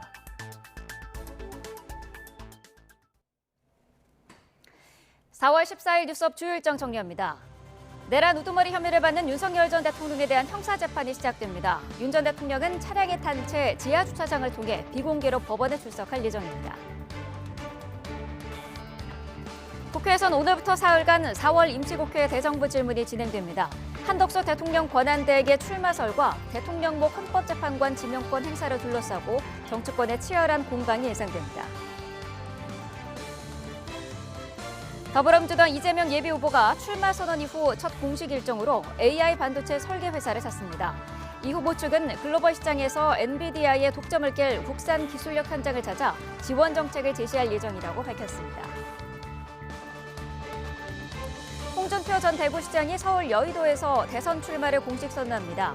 오전엔 국민의힘 권영세 비대위원장과 권성동 원내대표를 예방한 뒤 중앙 당사도 방문하기로 했습니다. 뉴스업 주요 일정이었습니다. 윤석열 전 대통령의 내란 혐의 형사재판 첫 공판이 파면 열흘 만인 오늘 열립니다. 법원이 비공개 출석을 허용하고 법정 내 촬영까지 불허해 피고인석에 앉은 모습은 공개되지 않을 것으로 보입니다. 권준수 기자입니다. 내란 우두머리 혐의를 받는 윤석열 전 대통령의 형사재판이 본격적으로 시작됩니다. 첫 공판 기일엔 당사자 출석 의무가 있어 윤 전 대통령은 서초동 사저에서 법정으로 나와야 합니다. 하지만 포토라인에 서거나 재판을 받는 모습을 직접 보긴 어려워 보입니다. 법원이 민원인 불편을 이유로 지하주차장으로 비공개 출석을 허용했고 법정 안에서 이루어져 온 언론사 촬영도 불허했기 때문입니다. 박근혜, 이명박 전 대통령 재판 당시 피고인석에 앉은 모습이 가감없이 공개된 것과 비교하면 상반된 풍경입니다. 첫 공판에선 검찰이 신청한 증인신문이 이뤄집니다.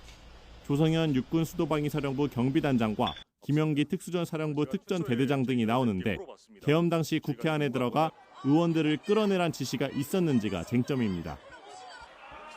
윤 대통령 측은 계엄이 정당한 국가긴급권 행사였고 주요 인사 체포 지시도 하지 않았다는 기존 주장을 반복할 거로 예상됩니다.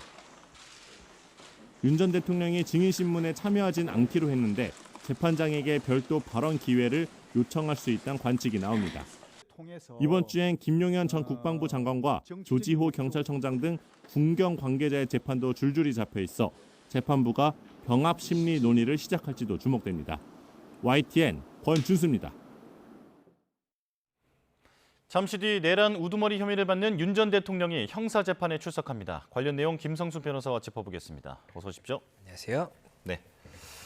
자, 잠시 후 10시부터 윤 전 대통령의 내란 우두머리 혐의 사건 첫 공판이 진행이 되는데요. 법원에는 출석하지만 그 출석하는 모습은 공개되지 않을 예정이죠? 예, 맞습니다. 이게 저희가 법원이 이제 서울중앙지방법원에서 이 재판이 열릴 예정입니다. 그러면 이 서울중앙지방법원 같은 경우에는 이 지하 주차장이 있는데 지하 주차장에 이제 출입할 수 있는 차량은 법원 관계자들만 출입을 할 수가 있고 그렇다고 한다면 이 보통 사건 관계자들은 이 지상 주차장을 이용해서 이 법원에 도착을 하게 됩니다. 그리고 이 지상 주차장에 도착을 해서 법원에 들어가게 되면 그 출입구를 이제 들어가는 모습이 이 언론에 포착이 되는 경우가 있었는데 이번 사안 같은 경우에는 이 경호처에서 요청을 한 겁니다. 이 경호와 관련해서 필요한 부분이 있기 때문에 지하 주차장을 사용할 수 있도록 이제 허용을 해달라라고 법원에 요청을 했었고 법원에서 허용을 했기 때문에 지하로 이동을 한다라고 한다면 바로 이제 법정까지 건물 내부를 통해서 이동을 할 수가 있기 때문에 그 과정에서 이 외부로 노출되는 동선이 없을 수가 있어서 이 언론에 아무래도 포착되지 않을 수 있다 이런 이야기가 나오는 것 같습니다. 예.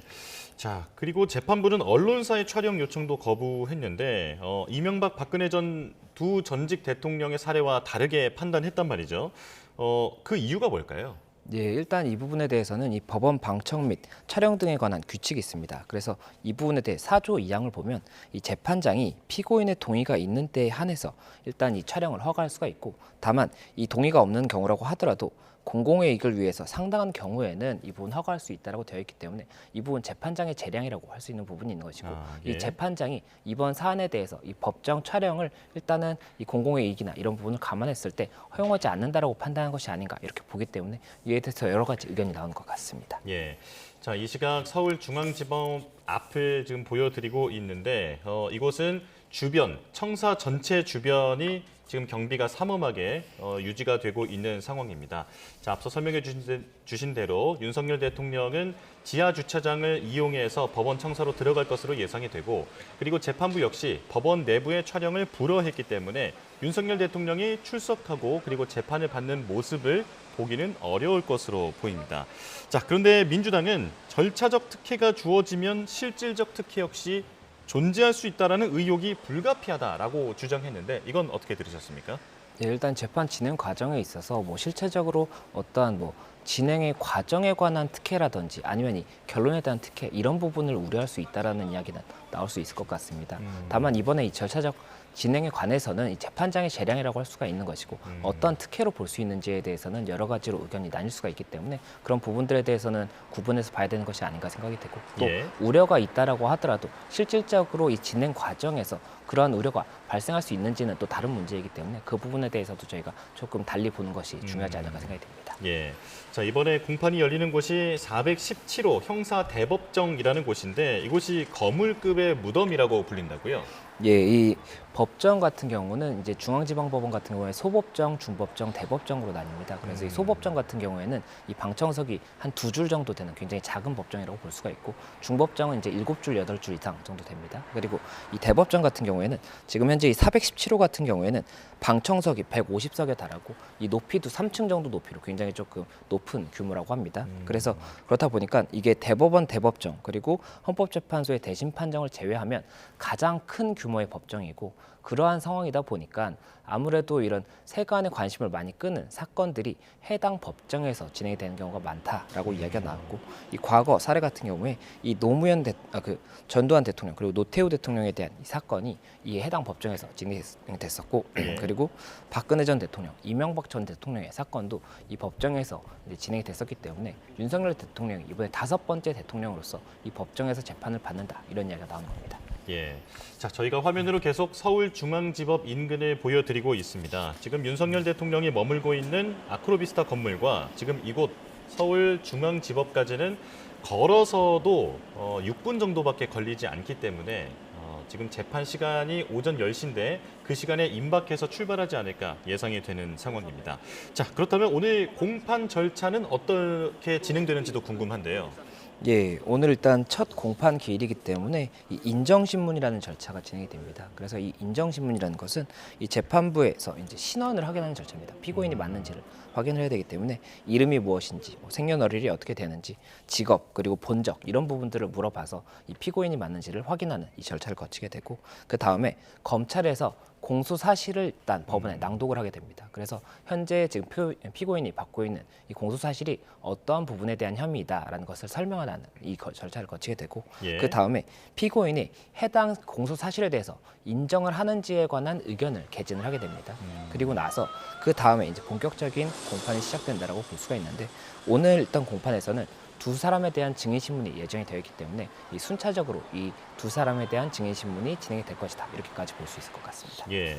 자, 말씀을 들어보면 재판이 꽤 오랫동안 진행될 수도 있겠다라는 생각이 드는데 오후까지 진행된다고 합니다. 그렇다면 피고인 대기실도 마련이 돼 있는 겁니까? 예, 그 피고인 대기실 같은 경우가 형사 사건은 이 구속되는 피고인이 있지 않습니까? 이 구속되는 피고인 같은 경우에는 이 법정에서 있는 시간 동안 이 피고인 대기실이 있습니다.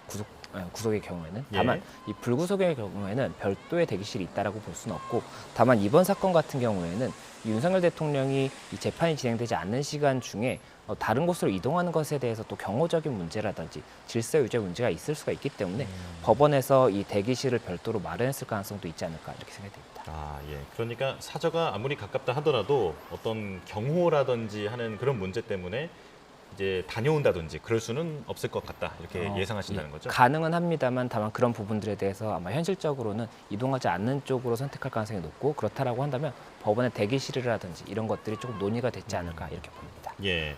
자, 이제 파면된 지 열흘 만에 오늘 내란 우두머리 혐의로 첫 공판을 받게 됩니다. 자, 주요 쟁점이 뭔지 간략하게 정리해 주실까요? 예, 일단 이 내란죄 우두머리 혐의 같은 경우에는 형법 87조에 명시가 되어 있고 이것이 국가 권력을 일정 영토 내에서 국가 권력을 배제하거나 국헌을 문란할 목적으로 폭동을 일으킨 경우에 이 내란죄가 성립을 할 수가 있습니다. 그렇기 때문에 이 공소 사실과 관련해서 아무래도 이 당시에 국회의 기능 마비를 시도하기 위해서 군경을 이 당시 현장에 출동한 것이 아니냐 이런 부분이 있을 수가 있고 또 하나가 선관위에도 이제 군이 출동을 했었습니다. 그러면 이 선관위에 대해서도 어떠한 목적을 가지고 출동했는지 이런 것들에 따라서 이것이 사실관계를 특정하는 것이 가장 중요하고 해당 사실관계가 방금 말씀드렸던 이 형법 87조에 내란죄에 해당할 수 있는지 이 법리적인 검토가 이 추가적인 쟁점이 될 수가 있기 때문에 이런 부분들에 대해서 순차적으로 진행이 될 것이고 결국에는 이 사실관계를 특정하는 것이 가장 중요하고 그 다음에 해당 사실관계가 어떠한 법리에 포섭이 되는지 이것이 그 다음으로 중요하다 이렇게 볼 수가 있을 것 같습니다. 예, 지금 검찰이 윤석열 대통령을 내란죄로만 기소를 한 거죠? 예, 맞습니다. 지금 현재 이 검찰이 내란 혐의로만 기소를 했습니다. 그리고 그 이유는 이 윤석열 전 대통령이 당시에는 현직 대통령이었고 대통령의 경우에는 이 헌법상 불소추 특권이 있습니다. 그러면 대통령은 재직 중에는 이 내란죄 또는 외환죄를 제외하고는 이 형사소추를 대지 아니한다라는 이 규정이 있기 때문에 그렇기 때문에 내란 혐의에 대해서만 재판이 진행이 되었던 거고 지금 이제 추가로 수사가 이루어졌던 이 직권남용에 대해서도 추가적인 기소가 이루어질 수 있다라는 이야기가 나오고 있는 그런 상황인데 이 지금 현재 내란죄와 직권남용죄는 이 사실관계에 관해서는 동일한 사실관계를 기준으로 한다고 하더라도 이 구속 요건 자체가 다릅니다. 이 형법상의 직권남용죄 같은 경우에는 공무원이 직권을 남용해서 사람에게 의무 없는 일을 하게 하거나 아니면 권리 행사를 방해하는 이런 경우에 성립을 할 수가 있는 것이고 내란죄는 앞서 말씀드렸던 것처럼 어떠한 폭동을 국헌 문란의 목적 등을 가지고 했을 경우이기 때문에 이 사실관계에 대해서 이 부분에 대한 구속요건을 정리하는 것이 달리 볼 수가 있어서 이에 대해서 만약 기소를 한다라고 한다면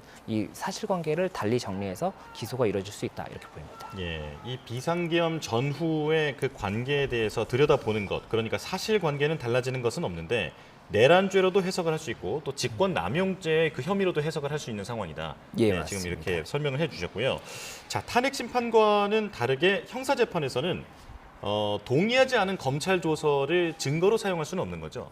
예, 맞습니다. 형사소송법에 명시되어 있는 규정이 있습니다. 2020년에 개정이 됐던 규정이고 이것이 검찰에서 작성한 조서 같은 경우에도 그 부분에 대해서 이 피고인이 이 부분 신문을 하는 이 절차를 거치지 않는다고 한다면 증거로서 이제 인정되기 어렵다라는 이 규정이 있습니다. 그렇기 때문에 이에 대해서 헌법재판소 사건에서도 쟁점이 되었던 부분이 해당 규정을 헌법재판소의 이 증거 능력 인정에 있어서도 동일하게 적용할지에 대해서 이제 법리적인 다툼이 있었던 부분이고, 헌재에서는 이 부분에 관해서 이 형사소송법의 그 규정을 조금 완화해서 적용할 수 있다라고 판단을 했었거든요. 다만 지금 이제 진행될 사건은 형사 사건이기 때문에 그렇다라고 한다면 이 형사소송법의 규정을 그대로 적용을 해야 되는 것이고, 이에 대해서 증거 능력을 인정하기 위해서 재판부가 어떠한 절차를 진행할 것인지 이것이 쟁점이 될 수가 있기 때문에 이런 부분들이 이제 앞으로 어떻게 되는지를 봐야 되는 부분인 것 같습니다. 예. 자, 이제 윤 전 대통령이 잠시 뒤에 10시에 내란 우두머리 혐의로 첫 공판을 받게 되는데요. 자, 여기에서 지난 탄핵 심판 때와 비슷한 어떤 태도를 보일 것이냐, 이 부분도 주목이 되고 있습니다. 직접 발언을 할 기회도 주어집니까? 예, 일단은 이 진행 과정에서 피고인이 직접 발언할 기회도 있을 겁니다. 다만 이 증인 신문 과정에서도 직접적으로 이야기하는 것이 이제 가능할지는 이 재판장의 허가 여부가 중요할 것으로 보이고, 예. 그리고 이 절차적 정당성에 대해서 이 형사 사건에서도 계속해서 의문을 제기했던 부분이 있었거든요. 그래서 그런 부분들에 대해서도 향후 현재 재판에서도 이야기하지 않을까 생각이 되고, 특히나 현재 재판부가 구속 취소의 결정을 했던 재판부고, 당시에 구속 취소 결정문에 이 공수처의 수사권이라든지 이런 부분들에 대해서 의문이 있는 부분이 있다라고 재판장이 판단을 했던 부분이 있기 때문에 이에 대해서도 이 본안에서도 결국에는 계속해서 해당 쟁점을 주장하지 않을까, 이런 부분이 있습니다. 예. 자, 그리고 검찰 측이 신청한 증인신문도 진행이 되는데요. 2명을 불렀습니다. 의원을 끌어내라는 지시를 받았던 인물로 이 탄핵 심판에서도 증언을 했던 인물들이죠. 예, 맞습니다. 이 조성현 단장 그리고 김영기 중령, 이 두 사람이 오늘 출석할 예정입니다. 그래서 이 조성현 단장 같은 경우가 이 헌법재판소의 사건에서도 증인 신문을 했었고, 이 당시에 헌재에서 유일하게 이 헌재 직권으로 채택한 증인이었습니다. 그래서 이 조성현 단장이 당시 증인신문 과정에서 이 의원을 끌어내라는 지시를 받았다라고 이야기를 했었기 때문에 이에 대해서 오늘 이 검찰이 어떠한 부분을 또 질문을 할 것인지, 또 윤석열 대통령 측에서는 이에 대해서 어떠한 반대 질문을 할 것인지, 이런 것들이 쟁점이 될 수가 있고, 이 김영기 중령 같은 경우에도 이 당시 군이 출동했던 과정과 관련해서 어떠한 부분을 검찰에서 확인할지가 이제 쟁점이 되는 것인데, 국회에서 발언했던 부분이 있기 때문에 이러한 부분에 대해서 유사하게 발언할 가능성이 높다라고 보입니다. 그러면 이 윤석열 대통령 측에서는 이 아무래도 검찰에서 신청한 증인들이고, 검찰에서 어떠한 답변을 할 것인지를 지금 국회의 증언이라든지 헌재에서의 증언, 이런 것들을 통해서 예상을 하고 있는 상황이지 않습니까? 예. 그러면 윤석열 대통령 측에서는 해당 진술을 어떻게 하면 신빙성에 대해서 다툴 수 있는지에 대해서 뭐 시간적인 순서에서 모순이 있다라든지, 아니면 이 본인의 진술 간에 모순이 있다라든지, 이런 것들을 밝히기 위해서 이제 반대 신문을 진행할 것이기 때문에 그 과정에서 어느 쪽의 진술을 더 신빙할 수 있다라고 볼 것인지에 대한 재판부의 판단이 나오지 않을까 생각이 됩니다. 예. 자, 그렇다면 오늘 이후에 윤 전 대통령의 공판 일정은 어떻게 진행이 됩니까? 예, 오늘 일정 이후에는 이제 4월 21일에 2차 공판 기일이 예정이 되어 있습니다. 그리고 4월 28일에 3차, 그리고 5월 1일에 4차 이제 공판 기일이 예정이 되는데 일주일에 1회에서 2회 정도 진행이 될 예정이다라고 이야기를 이제 예상을 하면 될 것 같고, 그리고 이 증인 신문이 지금 현재 검찰에서 신청한 증인만 하더라도 30명이 넘는다라고 하고 있기 때문에, 그러면 보통의 공판 기일은 거의 다 증인 신문 기일이 진행이 된다라고 볼 수가 있어서 그 증인 신문 기일이 어느 정도까지 진행이 될지, 그것이 가장 중요하다고 보입니다. 예. 자, 그런가 하면 김용현 전 국방부 장관을 비롯한 다른 내란 중요 임무 종사 피고인들과 이 사건을 병합할지 여부도 관심이잖아요. 어떻게 전망이 됩니까? 예, 이 부분에 대해서도 아마 사건이 어느 정도 진행된 다음에는 병합이 될 가능성이 높지 않을까, 이렇게 이야기가 나오는 것 같습니다. 이 병합을 하게 되는 이유가 이 다른 피고인들도 사실관계가 동일한 부분을 기준으로 해서 진행이 된다라고 한다면 이 사실관계의 합의를 위해서라도 병합을 하는 것으로 재판부가 검토할 가능성이 높지 않을까 생각이 되고, 그리고 다만 이 병합을 하게 되는 경우에는 이 관계가 없는, 본인의 혐의와 관계가 없는 다른 피고인의 증인 신문이라든지 이 절차 진행과 관련해서도 아무래도 계속해서 같이 절차가 진행되기 때문에 이런 부분들에 대해서 검찰에서는 여러 가지 의견을 제시한 것으로 보이는데, 다만 이에 대해서는 결국에는 재판부의 이 판단이 가장 중요하기 때문에 병합 여부가 이후에는 결국에는 어떻게 될지는 지켜봐야 될 것으로 보이고, 또 하나 변수가 있는 것이 윤석열 대통령의 사건 중에 지금 말씀드렸던 직권남용 사건이 있지 않습니까? 이 직권남용이 추가로 기소가 된다라고 한다면 이에 대해서도 병합 여부가 검토가 될 수가 있을 것이기 때문에 그것까지도 추가적인 변수다, 이렇게 보입니다. 예, 그렇다면 직권남용죄 추가 기소도 말씀해 주셨는데 전체적인 윤석열 대통령에 대한 어떤 재판부의 판단이 지연될 가능성이나 이런 부분은 얼마든지 열려 있는 겁니까? 만약에 직권남용이 병합이 된다라고 한다면 해당 사실관계에 대해서도 추가적인 증인신문이 필요할 수가 있고 그 과정에서 지금 현재의 내란 혐의의 재판 이 일정보다는 조금 더 길어질 수가 있기 때문에 그것이 변수가 될 수가 있는 것이고 또 다른 피고인들과의 병합 과정에서 그 병합을 통해서 이 윤석열 대통령의 혐의와 관계없는 다른 증인들에 대한 신문 절차 진행을 위한 이 기일도 진행이 될 수가 있기 때문에 그런 부분에 대한 변수가 있다. 이렇게 두 가지로 볼 수가 있을 것 같습니다. 예. 자, 그런가 하면 검찰이 병행 심리를 주장하고 있지 않습니까? 자주 출연해서 나오는 얘기긴 한데 병합, 병행 이게 어떻게 다른 겁니까? 이 병합 심리 같은 경우에는 이 여러 가지의 죄 아니면은 이 여러 피고인의 이 사건에 대해서 하나로 묶어서 진행을 한다라고 보면 됩니다. 그렇기 때문에 한 개의 사건처럼 진행이 되는 것이 병합 심리라고 볼 수가 있는 것이고 이 병행 심리 같은 경우에는 이 사실관계나 이런 부분에 유사점이나 동일점이 있다고 하더라도 각각의 사건을 독립적으로 진행을 하는 이 절차를 통해서 아무래도 이 병합 심리보다는 이 앞서 말씀드렸던 것처럼 다른 피고인들의 이 절차 진행과 관련해서는 아무래도 지연이 되는 부분이 없기 때문에 이러한 차이가 있는 그 방법이다 이렇게 말씀드릴 수가 있을 것 같습니다. 알겠습니다. 자, 지금까지 김성수 변호사와 이야기 나눠봤습니다. 고맙습니다. 고맙습니다. 자, 국민의힘이 비상대책위원회 회의를 진행합니다. 현장 목소리 바로 들어보겠습니다. 상태에 있는데 조속히 무사귀환하시기를 간절히 기원합니다. 이 사고로 2,300여 명의 주변 주민들께서 긴급히 대피했다가 귀가하셨고 인근 초등학교가 휴교하는 등 불편과 불안이 계속되고 있습니다. 또 어제는 부산 사상구 도시철도공사 현장에서 대형 싱크홀이 발생했고 서울 마포구 애호개역 인근 도로에서도 땅꺼짐 사고가 발생했습니다. 그동안 우리는 대도시 중심으로 많은 지하철을 건설했을 뿐 아니라 상하수도, 전선 지중화 등 지하 공간 활용을 계속해서 늘려왔고 땅을 깊이 파야 하는 고층 대형 건물 공사도 어느 나라보다 많았습니다. 그런데 그 과정에서 안전에 충분한 주의를 기울이지 못한 결과 집안 약화로 인한 사고가 급속하게 늘고 있습니다. 2018년 이후 싱크홀 사고가 연평균 2,000건 이상 발생하고 있고 서울시 관리도로 가운데 27%가 집안 침하 위험이 있다는 통계도 있습니다. 국민의힘은 지하 구조물과 공공설비 안전을 위한 입법 정비 등 실질적인 제도 개선 방안을 마련하고 안전 대책을 꼼꼼하게 수립하겠습니다.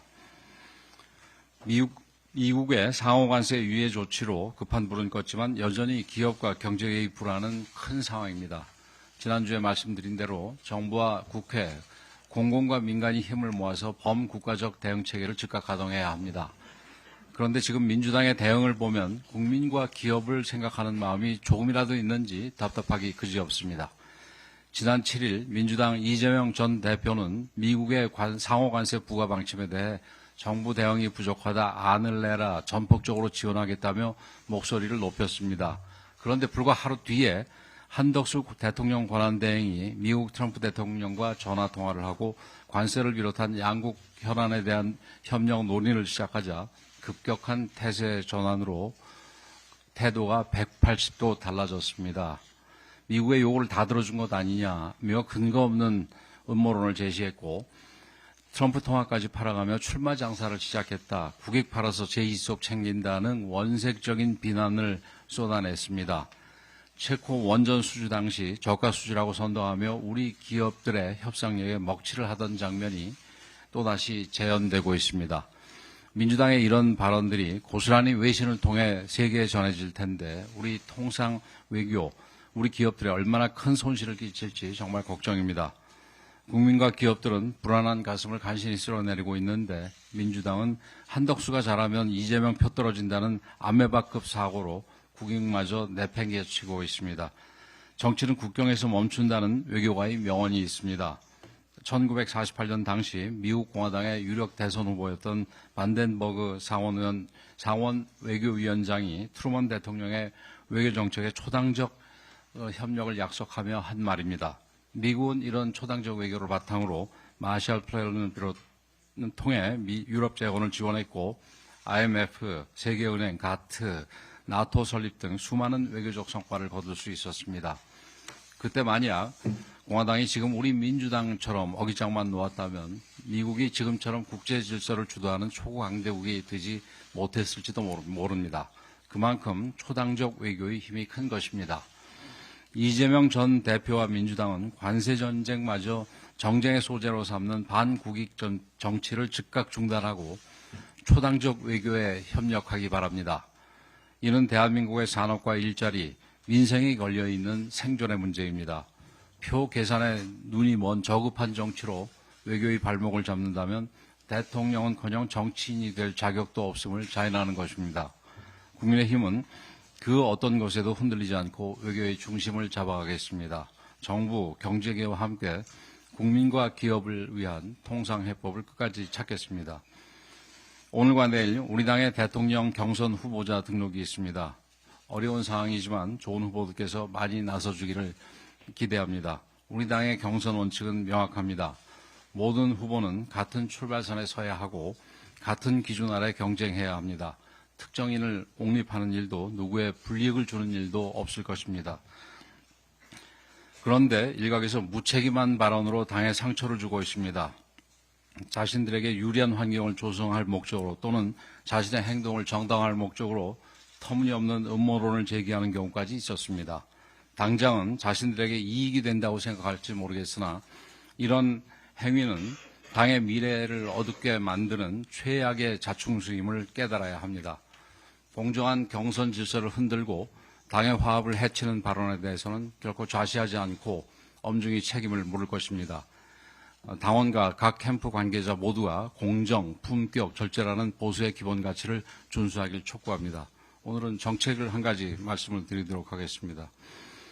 국민의힘으로 제안된 국민 여러분들의 정책 중 유연근무제를 활용한 주 4.5일제 근무제를 소개합니다. 우리가 정책으로 적극 추진할 예정입니다.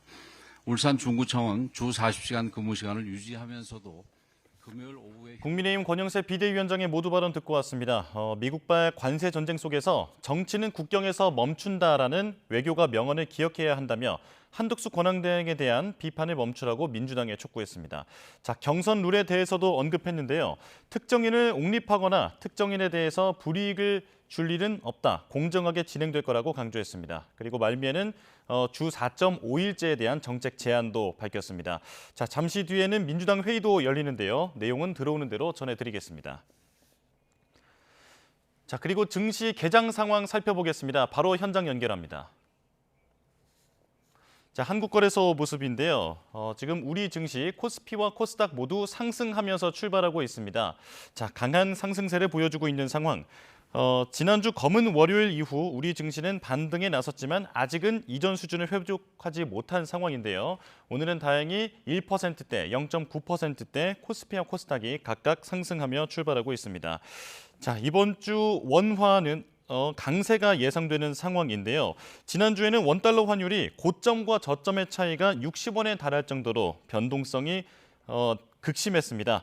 자, 그리고 엔 환율도 1,000원을 넘나드는 상황에서 조심스레 이번 주는 원화 강세가 예상되는 상황인데요. 6원 정도 오른 1,427원에 출발했지만 지난주 기준으로는 대폭 하락한 상황입니다. 자, 오늘 우리 증시 앞으로 어떻게 반응할지 주목됩니다. 지금까지 개장 상황 살펴봤습니다. 뉴스업 월요일 순서 마칩니다. 내일 다시 뵙겠습니다. 고맙습니다.